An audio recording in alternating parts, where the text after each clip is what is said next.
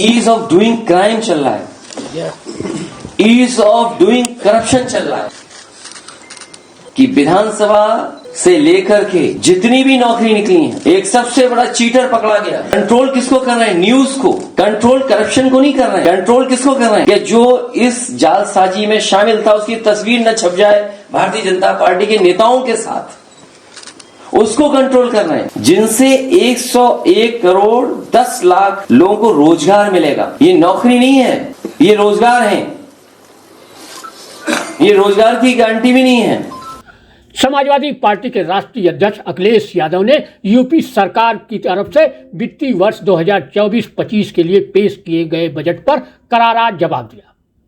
अखिलेश यादव ने कहा कि सरकार ने युवाओं को नौकरियां देने के लिए कुछ नहीं किया। बजट में रोजगार देने की बात कही गई है।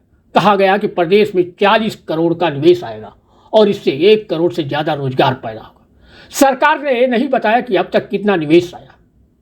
उन्होंने कहा कि दिल्ली के 10 साल और उत्तर प्रदेश के 7 साल और उसके बाद दिल्ली और लखनऊ वाले मिलकर के बड़े बड़े सपने दिखा रहे। डबल इंजन की सरकार में किसान दुखी है, नौजवान के हाथ में नौकरी नहीं है। इस सब के बीच कमाल तो यह हो रहा है कि सबसे बड़ा बजट और सबसे बड़ा बजट बोला जा रहा है। ये सरकार पिछले लगभग 7 साल तो यहां हो रहे यूपी में, और दिल्ली के 10 साल। जो डबल इंजन की सरकार है, इसको हिसाब किताब देना चाहिए। दिल्ली के 10 साल और उत्तर प्रदेश के 7 साल। दिल्ली में भी कोई नेतृत्व नहीं बदला, वही का वही नेतृत्व है, और यूपी में भी कोई नेतृत्व नहीं बदला, वही के वही मुख्यमंत्री हैं। और उसके बाद दिल्ली और लखनऊ वाले मिलकर के बड़े बड़े सपने दिखा रहे हैं। कोई अगर $5 ट्रिलियन का सपना दिखा रहा है कि उनकी अर्थव्यवस्था हो जाएगी, उसकी नकल कर करके उत्तर प्रदेश की सरकार, बीजेपी के लोग सपना दिखा रहे हैं कि $1 ट्रिलियन की इकोनॉमी हो जाएगी। और अगर इतनी बड़ी इकोनॉमी होने जा रही है तो आज भी सड़कों पे गड्ढे क्यों हैं? नाले बन नहीं पाए हैं, और हमारी नदियां अभी भी खराब हो रही हैं। नौकरी नहीं, रोजगार नहीं, और किसान की आय दोगुनी नहीं। किसान अभी भी आर्थिक संकट से गुजर रहा है, उसकी किसी फसल की कीमत नहीं दे पा रहे हैं। कहने के तो बजट में कई फसलों के नाम लिए उन्होंने, लेकिन कहीं भी सरकारी खरीद और एमएसपी की बात को लेकर के सरकार चुप है।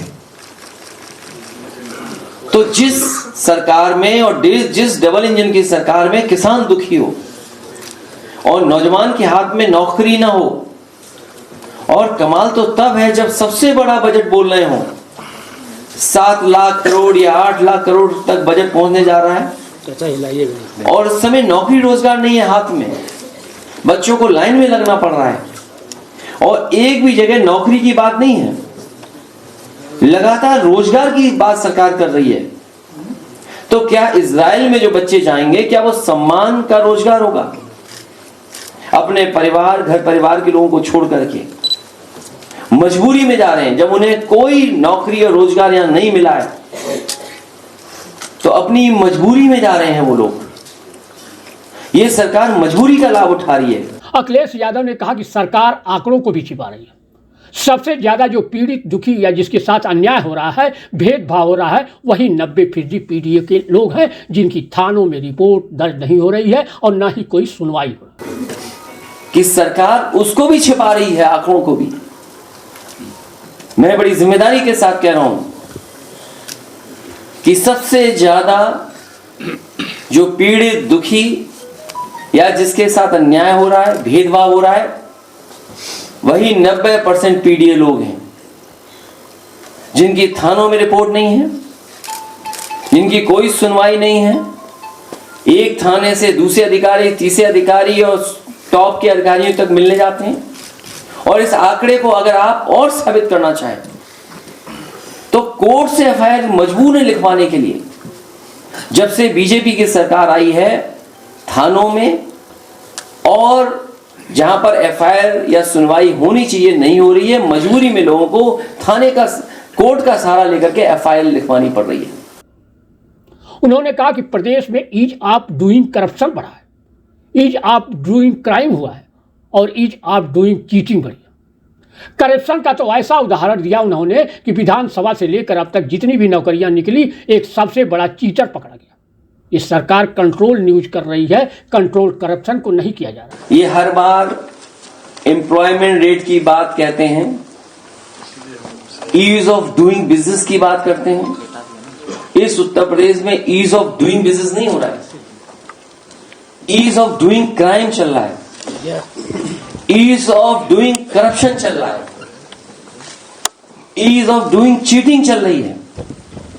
और करप्शन का तो ऐसा उदाहरण है कि विधानसभा से लेकर के जितनी भी नौकरी निकली हैं, एक सबसे बड़ा चीटर पकड़ा गया। कंट्रोल किसको कर रहे हैं? न्यूज को। कंट्रोल करप्शन को नहीं कर रहे हैं। कंट्रोल किसको कर रहे हैं? कि जो इस जालसाजी में शामिल था उसकी तस्वीर न छप जाए भारतीय जनता पार्टी के नेताओं के साथ, उसको कंट्रोल कर रहे हैं। कंट्रोल करप्शन का नहीं कर रहे हैं। तो ईज ऑफ डूइंग बिजनेस नहीं चल रहा है, यहां पर ईज ऑफ डूइंग करप्शन चल रहा है, ईज ऑफ डूइंग चीटिंग चल रही है, ईज ऑफ डूइंग क्राइम चल रहा है। और सबका साथ सबका विकास के दावे पर अखिलेश यादव ने कहा कि क्या गैर बराबरी इस नारे से खत्म हो रही है? यह बजट तो सिर्फ 10% वालों के लिए, 90% लोग इस बजट से वंचित हैं। जब तक गैर बराबरी नहीं खत्म होगी तो सबका साथ कैसे होगा? यह केवल बजट 10% संपन्न लोगों के लिए बना रहे हैं, 90% लोगों के लिए बजट नहीं है। इससे यही होगा कि गैर बराबरी बढ़ेगी, अमीर गरीब के बीच दूरी बढ़ेगी। और जो लोग ये कहते हैं कि सबका साथ सबका विकास, पहले ही पन्ने पर सरकार अपना रटा रटाया और भारतीय जनता पार्टी का नारा सबका साथ सबका विकास, जब तक गैर बराबरी नहीं खत्म होगी तो सबका साथ कैसे होगा संभव? ये गैर बराबरी मिटाने की बात नहीं करते हैं, ये सबका साथ लेने की बात करते हैं। क्या गैर बराबरी इस नारे से खत्म हो रही है?